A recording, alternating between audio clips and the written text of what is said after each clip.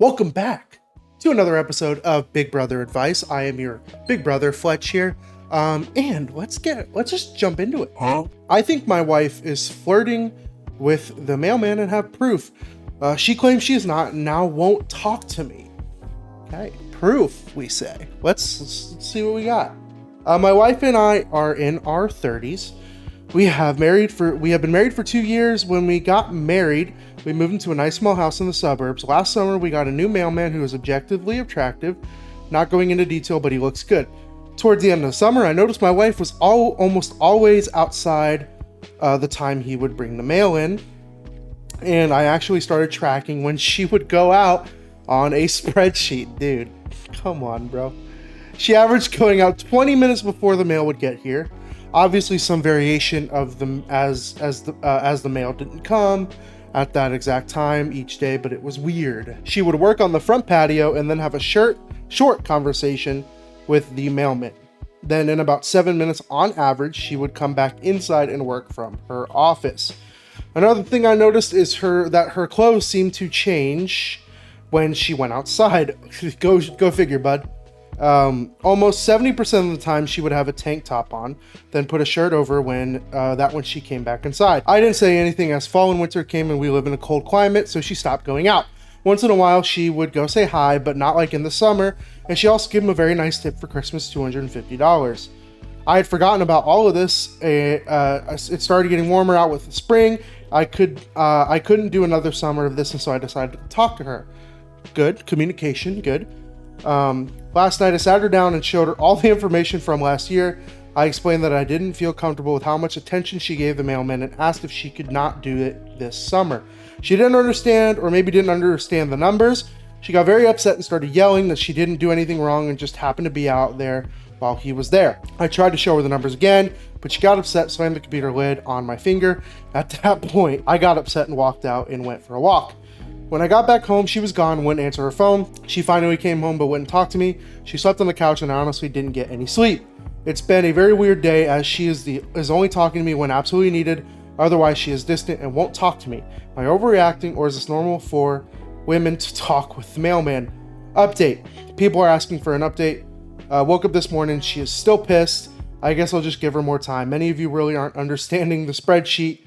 I think we are, buddy. I used it to show that she went out around the time the mailman got there. It was a way to graph averages and show consistency. I may have been wrong on about the tank top. I do realize that she may have taken off her top because it was hot outside. No way. Okay.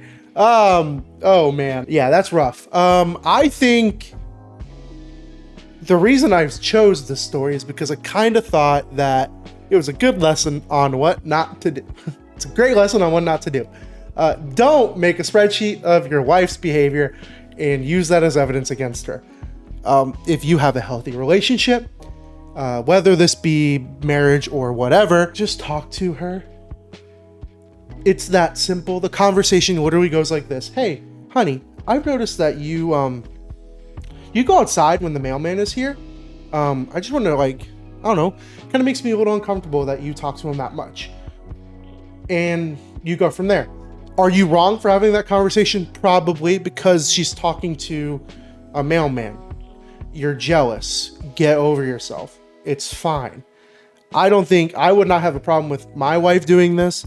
This seems not like a thing we do at my place, in my place of living, but I have heard that this is a very Midwestern thing, and so I kind of see where this is coming from. Yeah, I just feel that this is a not good way to get into an argument. This is really stupid. If you don't feel comfortable talking to your partner about a behavior that bothers you, and your first instinct is to start tracking that behavior, you need to look inward really closely, because there needs to be some sort of like in you that is like, hey, some sort of something that's in you that should be like, hey, I want to talk to my partner. That's totally fine. Talk to your partner about it. If it really bothers you, then fine. But the problem here is you don't know what's going on. You think that she's changing her clothes because of the mailman? but you also admitted it's hot. You seem stupid. I feel bad for saying that because I don't want to insult this person, but they seem really dumb. They seem dumb and insecure, and I feel bad for them because this is ridiculous. This sounds like something a sitcom dad would do, and this doesn't seem like real life. And I'm shocked this happened in real life. So what I would say, take your big brother's advice and just talk to your wife and or husband and or partner, please. And don't make a spreadsheet. So stupid, such a bad thing to do. Don't do that, please. Just talk to your partner. Now, we'll get over the fact that this was a stupid reason to be upset. She has every right to be upset with you. Because it just shows you don't want to communicate with her. You decided to keep data for a year rather than talk to her. Obviously, let's be real. The fact that she stopped going out during the winter says miles more about her and what's actually going on than anything. Have you considered your wife may have a hobby outside? You don't mention anything, but I'm assuming you leave it out. Or don't say it because you either don't know or you know it'll make you look bad. But let's assume she goes out and is gardening, is doing any outside activity, because let's be real, going outside is good for you coming from the pasty white boy. It should be good. It's good for you. I should go outside more often, but I don't. You should see under this shirt. I will not torture you with that. But you should see under this shirt. It is the pastiest white boy body you will ever see. As that being said, it's good to be outside. It's obviously hot, you dimwit. So she takes her outer clothes off and has a tank top on. Bro, are we in the 60s or 80s where we're like, oh, you're gonna make him sin? Get over yourself. She's wearing a tank top. It's hot outside, bro. Get a grip. Get over yourself. Get some security in your relationship and stop tracking your wife's data and just get over whatever insecurity you got, because that's ridiculous. You seem stupid, you seem insecure, and I'm sorry to insult you. It sounds bad, but sometimes you need some tough love. Do not do this. That is a terrible idea. Okay, let's do the second story. This one's a little more serious, so let's get into it. Am I the a-hole for saying no to the marriage proposal of the love of my life? Okay, first I have to explain myself. My 22 female significant other, 23 female of 5 years, knows I'm all about big milestone events. The type of girl that dreamt about her wedding for days when she was little. The type of girl that tried designing her own quinceañera dress because she wanted every single detail perfect. Some call me crazy because it's the family friends stories that matter, right? Wrong. If I'm not superficial but not materialistic, but it's important for me to create moments on places that you're never going to forget. As I said, my girlfriend knows that we've talked about marriage. We've talked about how our future would look. She doesn't really care about this in the way I do, but she says yes to everything because she knows it makes me happy. Having that in mind, we continue to the story everyone wants to read. I knew the day of the proposal was coming. I had this sixth sense where I know if something is happening or if a big change is coming. I was going crazy, making my nails, doing my hair, buying cute clothes just in case. Then it happened. She proposed in our bedroom. We were cuddling and watching my favorite show. She told me she wanted to ask me something and I just did. I laughed because I thought it was a joke and just said you'll propose to me in our bedroom. And she grabbed a pink box from the nightstand and showed me a ring. I couldn't say anything at the moment. She asked me again and I just watched her. I asked her if she was serious and she told me that she wanted to spend her whole life with me. I quickly stood up and she noticed that I wasn't happy because she quickly asked, "You are going to say yes, right?" Of course I wanted to say yes, but I looked around her room. A McDonald's bag because we just had it for dinner, our dog's toys on the floor, the laundry basket. Yeah, no, this wasn't how I imagined my dream proposal, and she knew this. "Are you really proposing to me in our bedroom?" I noticed how nervous she started to get, talking about how this is our comfort place, about how safe we feel here when we are together and crap like that. And I said, "No, this wasn't how I dreamed it would be, so I cannot accept you here." I knew she wanted to cry, but she tried to hold it. She just stood up and left the bedroom. I said that we should talk about this, but she just left. I heard her grabbing her keys and leaving the house. I think she is at her mom's house. She's not texting me back nor answering my calls. This happened some days ago and still cannot get in contact with her. Her mom just told me to leave her alone to calm down. What do I do? Am I the a-hole for trying to get the proposal of my dreams? Ooh. Ooh boy. That's a rough one. I want to sit here and think about this for a second because I've read this story before. Like I said, I pre-read. But this one's hard because I see both sides. I see her feelings. Her feeling can be validated. That's fine. The partner's feelings can also be validated in the same way. I don't want to give a verdict here on a-hole or not, because I think this goes deeper, and this is why I wanted to pick this story, because this doesn't seem uncommon. This seems very relatable. And I wanted to give some advice for people who might feel the same way as our OP did. It's okay to want to be perfectionist about certain things in your life, wanting certain things to go right, wanting certain things to go a certain way. And that's fine. That's okay. There is a certain aspect of life where you can't control everything. And I think some people need to understand that. And I think OP is one of those people that needs to understand that. Now, let's talk proposals. Proposals themselves should not be a surprise. You should not propose to your wife, husband, whatever, without them knowing a proposal is coming. You can let the event of the proposal be a surprise. I did the same exact thing with my wife. I said, hey, I'm going to propose to you within the next month. I'm going to ask you to wear a certain dress a couple times during the month to kind of throw you off on when I might be proposing. Luckily, the first time was it, and I just kind of threw it at her, and it worked out. She loved it. It worked. It went smoothly. That's how I would do it. That's how I did it. I thought that was perfect. Each couple's different. I love the scene here. It's so adorable. You guys sitting down, watching a movie, and she thought the moment was right, and she asked. That takes guts. It does. And I think I don't know. I don't want to say this because I don't want to come off as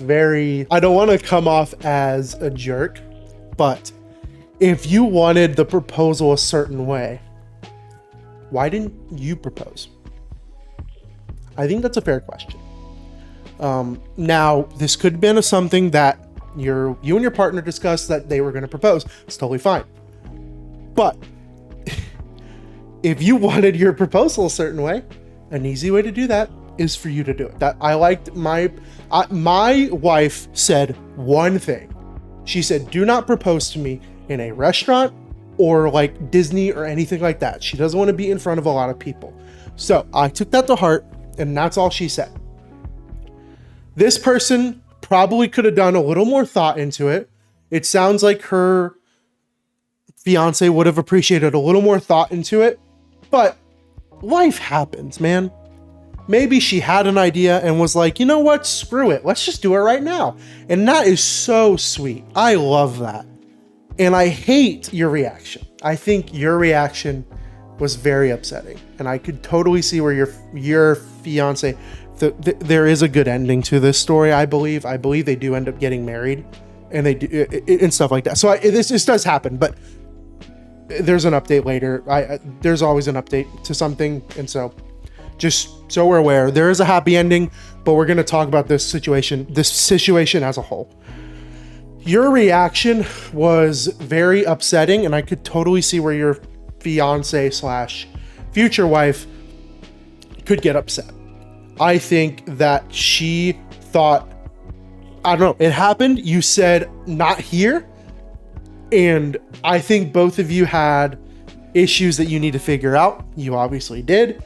But that is my take. I think if you really wanted it done yourself, you should have done it. And I feel like that isn't a big ask because she took the responsibility of proposal, and that's a big responsibility. I had to do it. I don't know. I feel there's a lot of stuff going on here that could be talked about.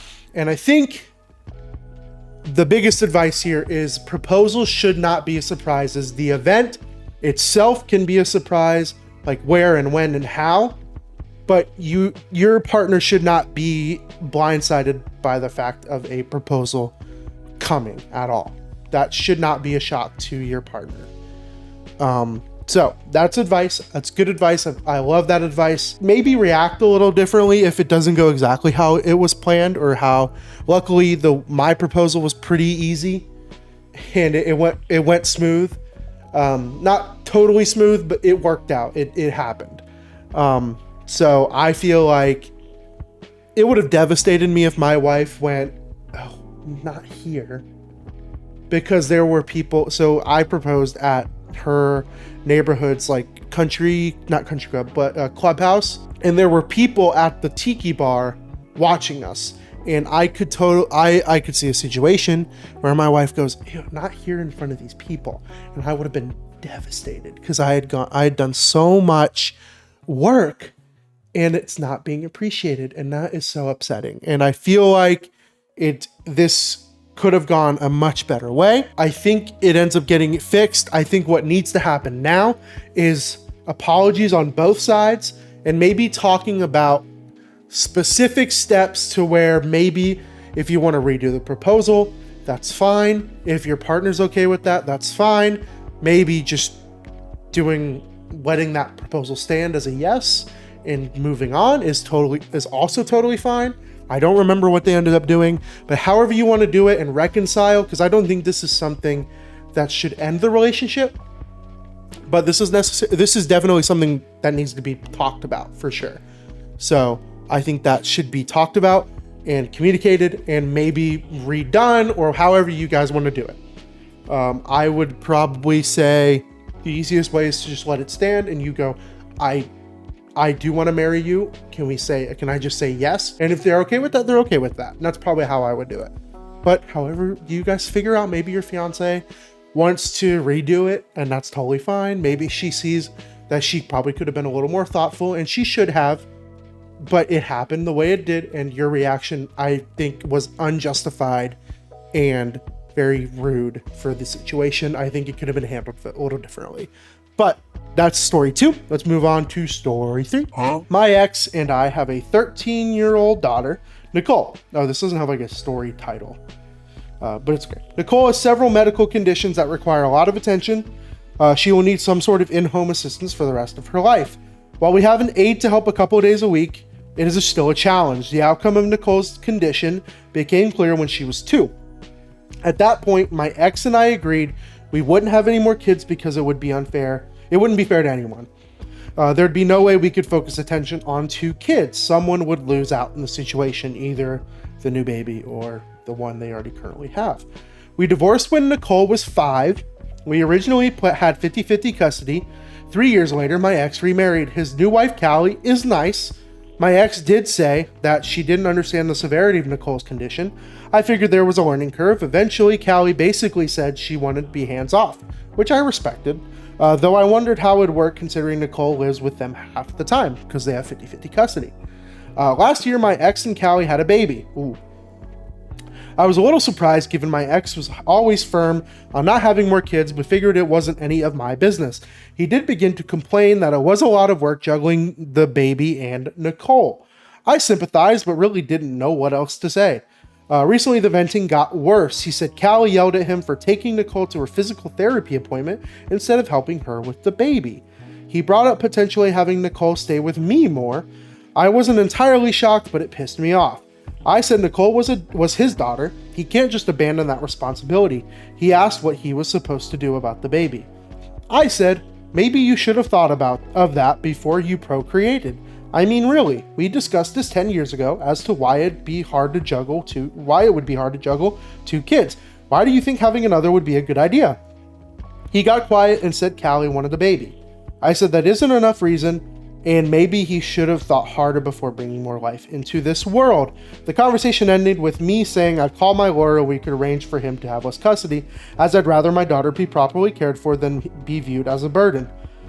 Callie called me that night, very upset that I made my ex cry and that I said her baby shouldn't exist. I said that's not what I said completely, more that they didn't think it through. She called me a jerk.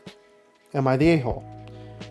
Okay, that's rough. I feel bad. This is rough.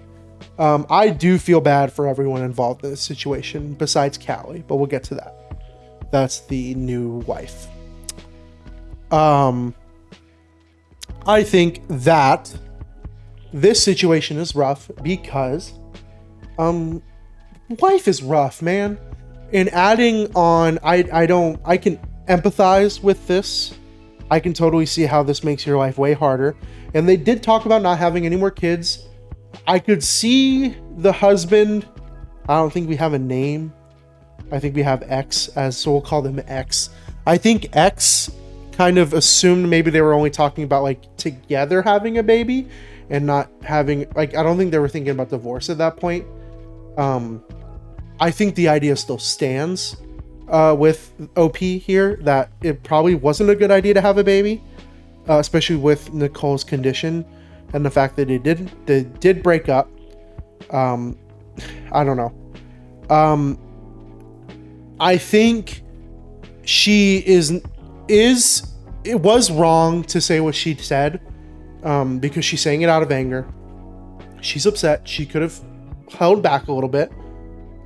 Is she wrong? No. Is she a jerk and an a-hole for it? Yeah. In that conversation, I think you can sit back and be like, hey, we made this child together. It's here now.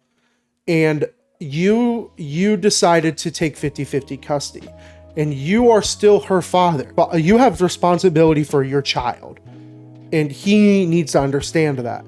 Now I can empathize with him for understanding, like, he has a lot on his plate and trying to juggle a new marriage and another kid, and having Nicole is really hard.